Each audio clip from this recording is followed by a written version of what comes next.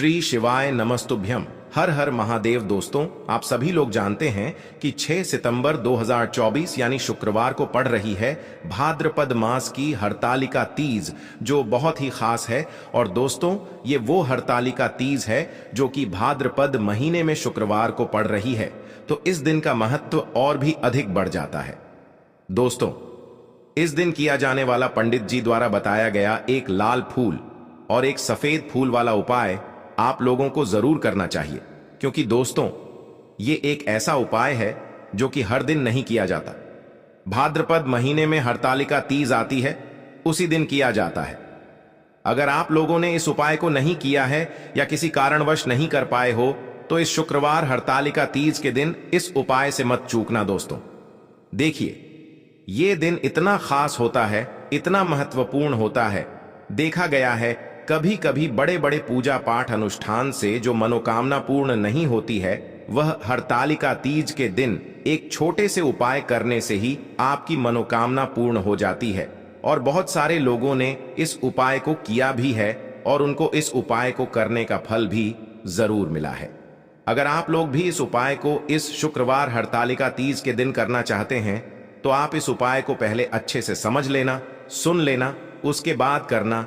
आपको इस उपाय का फल जरूर मिलेगा, आपकी सभी मनोकामनाएं पूरी हो जाएंगी। दोस्तों, हम आपको यहां पर बता दें कि यह जो एक लाल फूल और एक सफेद फूल वाला उपाय है, यह उपाय पंडित जी ने अपनी अभी की ही फुलेरा शिव महापुराण की कथा में ही बताया है। और इस उपाय को करने से आपके घर में चाहे किसी भी प्रकार की दुख और समस्या क्यों ना चल रही हो, आपको उसका कारण भी नहीं पता है कि भाई ये समस्या किस कारण से चल रही है।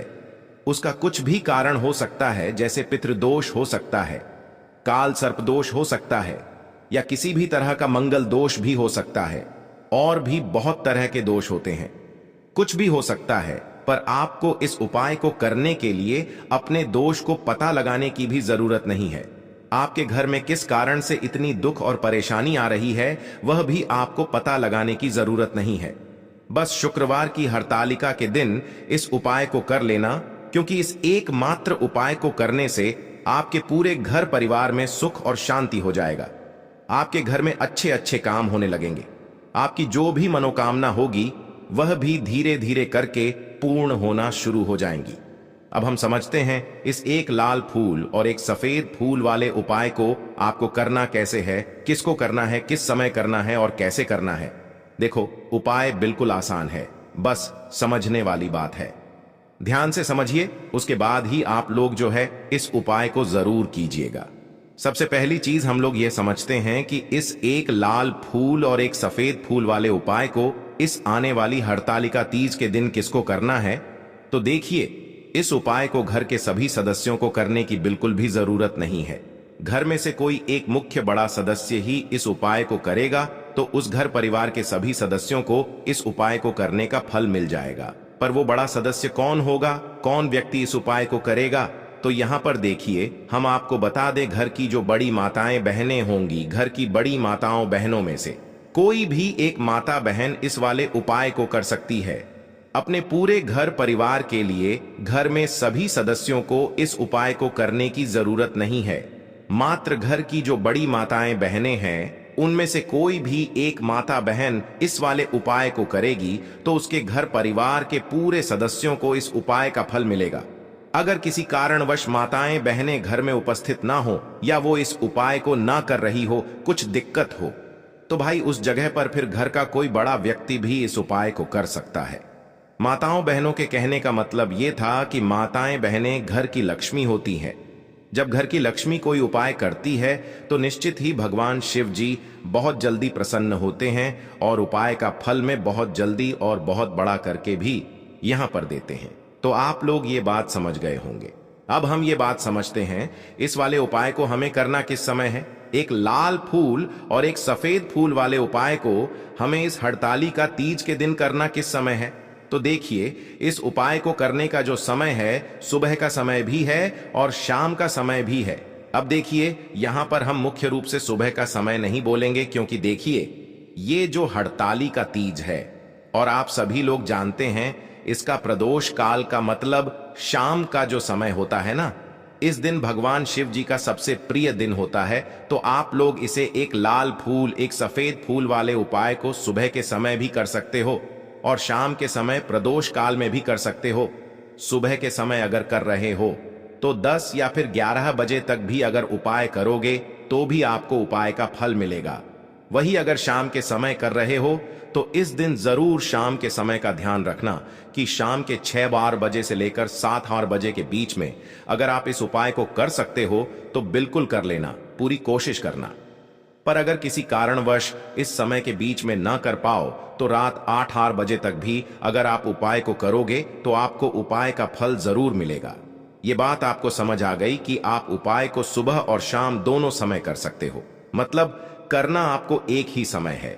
घर में से किसी एक ही बड़े व्यक्ति को करना है, पर एक ही बार इस उपाय को करना है, दोनों समय नहीं करना है।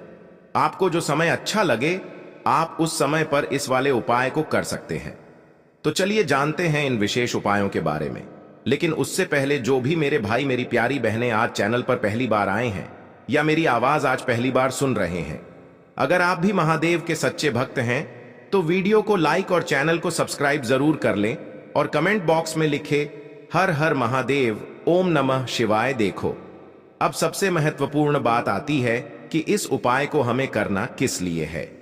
जैसा कि हमने अभी आपसे बोला कि इस उपाय को करने के बाद आपके जीवन में बहुत सारी खुशियां आएंगी, आपकी मनोकामनाएं पूर्ण होंगी, आपकी धन की समस्या दूर होगी, आपकी पैसों की समस्या दूर होगी।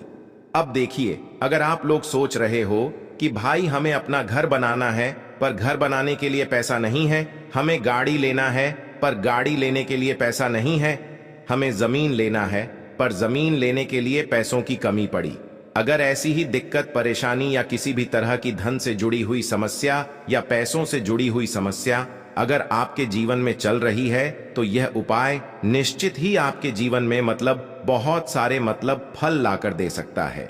इसीलिए अगर आपके घर में बहुत ज्यादा दिक्कत, समस्या, परेशानी चल रही है, धन से जुड़ी हुई, पैसों से जुड़ी हुई धन की बहुत ज्यादा कमी आ रही है, पैसों की बिल्कुल आवक नहीं हो रही है, तो भाई आप लोगों को इस वाले उपाय को जरूर करना चाहिए।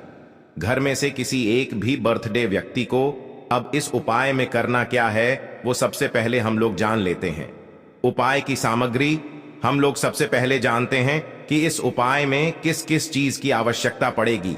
तो देखिए, उपाय का नाम तो एक लाल फूल और एक सफेद फूल वाला उपाय है, पर इस उपाय में कुल मिलाकर 4 सामग्री हमें लगने वाली है, जो कि पंडित जी ने खुद सीहोर वाली कथा में बताया है। और जो हम आपको उपाय बताते हैं वो पंडित जी द्वारा बताए गए होते हैं, अलग से हम कुछ भी नहीं बताते हैं। तो यहां पर हम लोग समझते हैं कि इस उपाय की सामग्री क्या है। तो देखो, उपाय की जो सामग्री है वो 4 सामग्री है, जिसमें से सबसे पहली सामग्री है एक बेलपत्र। देखो, बेलपत्र क्या होती है? बेलपत्र जो शिव की शिवलिंग पर चढ़ती है। दूसरी चीज है एक शमी पत्र, शमीपत्र वो जो शिवलिंग पर ही चढ़ता है। तीसरी चीज है दोस्तों एक लाल फूल, जो उपाय का नाम है, तो एक यहां पर आपको लाल फूल लेना है। अब ये लाल फूल कौन सा लेना है? देखो, शिवलिंग के ऊपर जो लाल फूल चढ़ता हो उनमें से कोई भी एक लाल फूल पसंद कर लेना और वो कहीं से तोड़कर या कहीं से खरीद कर लेकर आना और उस लाल फूल को उपाय में प्रयोग कर लेना। उसके बाद में एक सफेद फूल का विशेष रूप से ध्यान रखना। जो सफेद फूल शिवलिंग पर चढ़ता हो सिर्फ वही सफेद फूल लेकर आना, इसके अलावा कुछ मत लेकर आना। लेकिन केतकी का मत लेना। तो एक एक मात्रा में ही आपको ये चारों सामग्री चाहिए, एक बेलपत्र, एक शमी पत्र, एक लाल फूल और एक सफेद फूल। ये चारों सामग्री आप लोग तैयार करके रख ले प्रदोष काल में या सुबह के समय जब भी आप इस उपाय को कर रहे हैं। जैसे ही आपके उपाय की सामग्री तैयार हो जाती है तो क्या हम सीधा उपाय को करने के लिए इन चारों सामग्री को लेकर उपाय करने के लिए जा सकते हैं? नहीं, तो यहां पर आपको इस बात का ध्यान रखना है कि हम भगवान शिव जी को प्रसन्न करने के लिए तो जा रहे हैं, हम अपनी मनोकामना को पूर्ण करवाने के लिए तो जा रहे हैं, पर हमें यह दर्शाना बिल्कुल भी नहीं है कि हम सिर्फ अपने फायदे के लिए भगवान शिव जी के मंदिर में आए हैं। इसलिए हम इस उपाय को करने के साथ साथ में भगवान शिव जी की पूजन अर्चना के लिए कुछ सामग्री भी जरूर लेकर जाएंगे।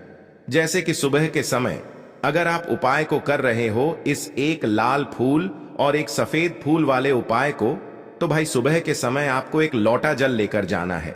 जो लोग प्रतिदिन शिव जी के मंदिर जाते हैं, पूजन अर्चना करते हैं, जल चढ़ाते हैं, फूल बेलपत्र सब कुछ चढ़ाते हैं भाई, वो अपनी पूजन अर्चना वैसी की वैसी ही करना। बाकी जो सिर्फ उपाय को करने के लिए जा रहा है, जो कुछ भी लेकर नहीं जा रहा है, उसे कम से कम एक लोटा जल अपने घर से जरूर भरकर लेकर जाना, अगर आप उपाय को कर रहे हो, है ना। क्योंकि इस वाले उपाय को आप भगवान शिव जी की पूजन अर्चना करने के बाद ही करना। वही अगर बात करें शाम के समय की, अगर कोई व्यक्ति शाम के समय प्रदोष काल में इस वाले उपाय को कर रहा है, तो भाई आपको मात्र एक घी का दीपक तैयार करना है। यह बात हम हमेशा बोलते हैं, शाम के समय प्रदोष काल में कोई कर रहे हो ना, तो दीपक का विशेष महत्व होता है। अमावस्या के दिन का प्रदोष काल में जो भी व्यक्ति दीपक जलाता है ना भगवान शिव जी के मंदिर में, भाई उसके जीवन से सारी दुख और परेशानियां भी दूर होती हैं। तो भाई इस दिन दीपक का विशेष रूप से ध्यान रखना आप लोग, अगर आप इस उपाय को शाम के समय प्रदोष काल में कर रहे हो, है ना। ये जो दीपक आप लोग लोगे, ये आटे का लोगे। जो आटा आप गूंद दोगे उसके अंदर कुछ भी मत डालना, मात्र साधा आटा लगाकर उसे तैयार कर लेना और एक मीडियम साइज का दीपक तैयार कर लेना। वो दीपक ना ज्यादा छोटा हो ना ज्यादा बड़ा हो, है ना। उसके बाद में दीपक आपका तैयार हो जाए तो इसके अंदर जो बत्ती रखोगे वो गोल बत्ती रखोगे। देखो गोल बत्ती भी दो तरह की होगी, एक बाजार की और एक घर वाली। तो कोशिश करना अपने घर में जो रोई रखी हुई है उस रोई से आप लोग एक गोल बत्ती अपने ही हाथों से बनाओ, उपाय का फल अच्छा मिलता है। भगवान शिव जी जल्दी प्रसन्न होते हैं जब हम किसी भी उपाय को अपने हाथों से परिश्रम करके तैयार करते हैं। तो आपको उस दीपक के अंदर एक गोल बत्ती रख देनी है। इसके अंदर जो चीज आप लोग डालोगे वो डालोगे शुद्ध देसी गाय का घी। इस बात का विशेष रूप से ध्यान रखना, शुद्ध देसी गाय का घी ही डालना है, तेल वगैरह नहीं। आज के दिन तो मत डालना, क्योंकि भगवान शिव जी का सबसे प्रिय दिन और प्रिय समय पर हम लोग इस वाले उपाय को कर रहे हैं। तो थोड़ा सा शुद्ध देसी गाय का घी इतना डालना कि वो दीपक कुछ समय तक चल सके। ना बाजार वाला मिलावटी घी डालना, ना भैंस का घी डालना। शुद्ध देसी गाय का घी आपको ढूंढने में थोड़ी मतलब मेहनत लगेगी और महंगा भी मिलेगा, पर गाय के घी से भगवान शिव जी प्रसन्न होते हैं और उसी शुद्ध देसी गाय की घी से घर में बरकत भी बनी रहती है और हमारे घर में सुख शांति भी बनी रहती है। इसीलिए इस शुद्ध देसी गाय का घी को अपने घर में हमेशा रखा करो। वो भगवान शिव जी के कार्यों में भी उपयोग में आता है और उपायों में भी हम लोग प्रयोग कर सकते हैं। तो यहां पर आपकी सारी तैयारियां हो चुकी हैं। उपाय को करते समय शुद्धता का विशेष रूप से ध्यान रखिएगा। सुबह कर रहे हो तो भाई सुबह तो आपको स्नान करना ही करना है। बाकी शाम को कर रहे हो तो शाम को मात्र हाथ मुंह धोकर भी आप लोग इस वाले उपाय को कर सकते हो, कोई दिक्कत वाली बात नहीं है भाई। उपाय की पूरी सामग्री तैयार करके और पूजन सामग्री लेकर आपको भगवान शिव जी के मंदिर पहुंचना है। जो आपके घर के पास में हो, जहां पर शिवलिंग विराजित हो, वहां पर आप लोगों को पहुंचना है। और जैसे ही आप भगवान शिव जी के मंदिर में पहुंचते हो, वहां जाकर ही उपाय शुरू नहीं करना है। पहले आपको भगवान शिव जी की पूजन अर्चना करना है। पूजन अर्चना कैसे करोगे? सुबह के समय गए हो तो एक लोटा जल वगैरह जो भी पूजन सामग्री लेकर गए हो, उससे पहले पूजन सामग्री आप लोग मतलब पूजन भगवान शिव जी की कर लो। जो व्यक्ति सिर्फ एक लोटा जल लेकर गए हैं, जी की शिवलिंग पर मात्र एक लोटा जल एक धारा से धीरे धीरे करके चढ़ा लो, है ना। अपनी पूजन अर्चना आप लोग जो है पूरी कर लो पहले। उसी के बाद अगर आप शाम के समय कर रहे हो तो पहले जाकर बैठना है। भगवान शिव जी के शिवलिंग के पास में आप जो दीपक तैयार करके लेकर आए हो, उस दीपक को पहले जलाना है। ये जो दीपक आप लोग जलाओगे ना, ये किसी और की माचिस से मत जलाना। अपनी ही माचिस अपने ही घर से लेकर आना और इस दीपक को अपने ही माचिस से जलाना। अगर मंदिर की माचिस या किसी और की माचिस ले ली, इस उपाय को करने में इस उपाय का फल उस व्यक्ति को भी बहुत मिल जाएगा। इस बात का ध्यान रखना, अपने घर से अपनी ही माचिस लेकर जाना और इस दीपक को जलाना। दीपक को जलाने के बाद भगवान शिव जी की शिवलिंग के पास में रख देना। शिवलिंग के इतना पास में मत रखना कि भगवान शिव जी को आंच लगे, थोड़ी सी दूरी बनाकर ही जो है इस दीपक को शिवलिंग के पास में आप लोग रख दीजिएगा। अब जैसे ही आपकी पूजन अर्चना हो जाती है, भगवान शिव जी के शिवलिंग के सामने या आसपास कहीं पर भी बैठ जाइए। उपाय को करने के लिए और उपाय को करने से पहले आप लोग अपनी वह चारों पूजन सामग्री निकाल लीजिए। उपाय की जो सामग्री है वो निकाल लीजिए और भगवान शिव जी के शिवलिंग के ऊपर एक माता अशोक सुंदरी जी का स्थान देख लीजिए। माता अशोक सुंदर जी का जो स्थान होता है वो जलाधारी के ऊपर होता है, जलाधारी के बिल्कुल बीचों बीच में होता है। आप लोगों ने देखा भी होगा, शिवलिंग की जलाधारी होती है। जलाधारी के बिल्कुल बीचों बीच का जो स्थान होगा वो माता अशोक सुंदर जी का स्थान होगा, क्योंकि यहीं पर हमें ये जो है उपाय को करना है। सबसे पहली चीज, अब हम उपाय को करना शुरू करते हैं। आप सबसे पहले अपनी एक बेल पत्र उठा लो। एक बेल पत्र को आपको माता अशोक सुंदरी जी वाले स्थान पर सबसे पहले समर्पित करना है। बेल पत्र की डंडी का मुख होगा जलाधारी की तरफ, जहां से जल बहता है और नीचे गिरता है, और बीच वाली बड्डी पत्ती का मुख मतलब शिवलिंग की तरफ होगा। इस तरीके से आपको इस बेल पत्र को अशोक सुंदरी जी वाले स्थान पर समर्पित कर देना है। उसके बाद में अपनी एक शमी पत्र उठा लो जो आप उपाय के लिए लेकर आए हुए हो। शमी पत्र को उठाकर शमी पत्र की भी जो डंडी का भाग होगा वो जलाधारी की तरफ करके, जहां से जल बहता है नीचे गिरता है उस तरफ करके, और पत्ती वाला भाग शिवलिंग की तरफ करके, इस शमी पत्र को भी उस बेल पत्र के ऊपर आपको समर्पित कर देना है। समर्पित करने के बाद अब आप ले लो अपना एक लाल फूल जो आप उपाय को के लिए लेकर आए हुए हो। इस लाल फूल का जो खिला हुआ भाग होगा, चाहे वो गुलाब का फूल हो, चाहे कोई सा फूल जो शिवलिंग पर चढ़ता हो भाई, उस फूल का जो खिला हुआ भाग होगा वो शिवलिंग की तरफ होगा। बाकी जो पीछे का भाग होगा फूल का वो जलाधारी की तरफ, जहां से जल बहता है नीचे गिरता है उस तरफ होगा। और आखिरी में आपका जो एक सफेद फूल बचा हुआ है, इस सफेद फूल को भी आपको लेना है, और सफेद फूल का जो खिला हुआ भाग होगा वो शिवलिंग की तरफ होगा।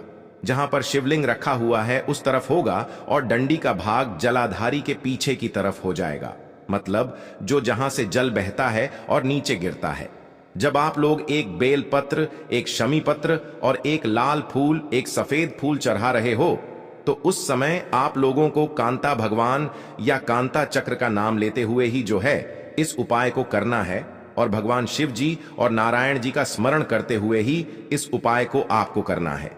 तो जब भी आप एक बेल पत्र, एक शमी पत्र, एक लाल फूल और एक कमी हो रही है, जो भी दुख और समस्या परेशानी चल रही हो, आपको अपनी वह दुख और परेशानी जो है भगवान शिव जी से उपाय को पूरा करने के बाद वहीं पर पास में बैठकर बोल देना है। हाथ जोड़ के आंखें बंद करके अपनी परेशानी और श्री शिवाय नमस्तुभ्यम का जाप करना है। दोस्तों, आज हमने इस वीडियो में कुछ उपाय बताए हैं जो आपको कर सकते हैं। तो अगर आपको वीडियो अच्छी लगी हो तो वीडियो के एक लाइक और चैनल को सब्सक्राइब जरूर कर लेना। ओम नमः शिवाय। हर हर महादेव।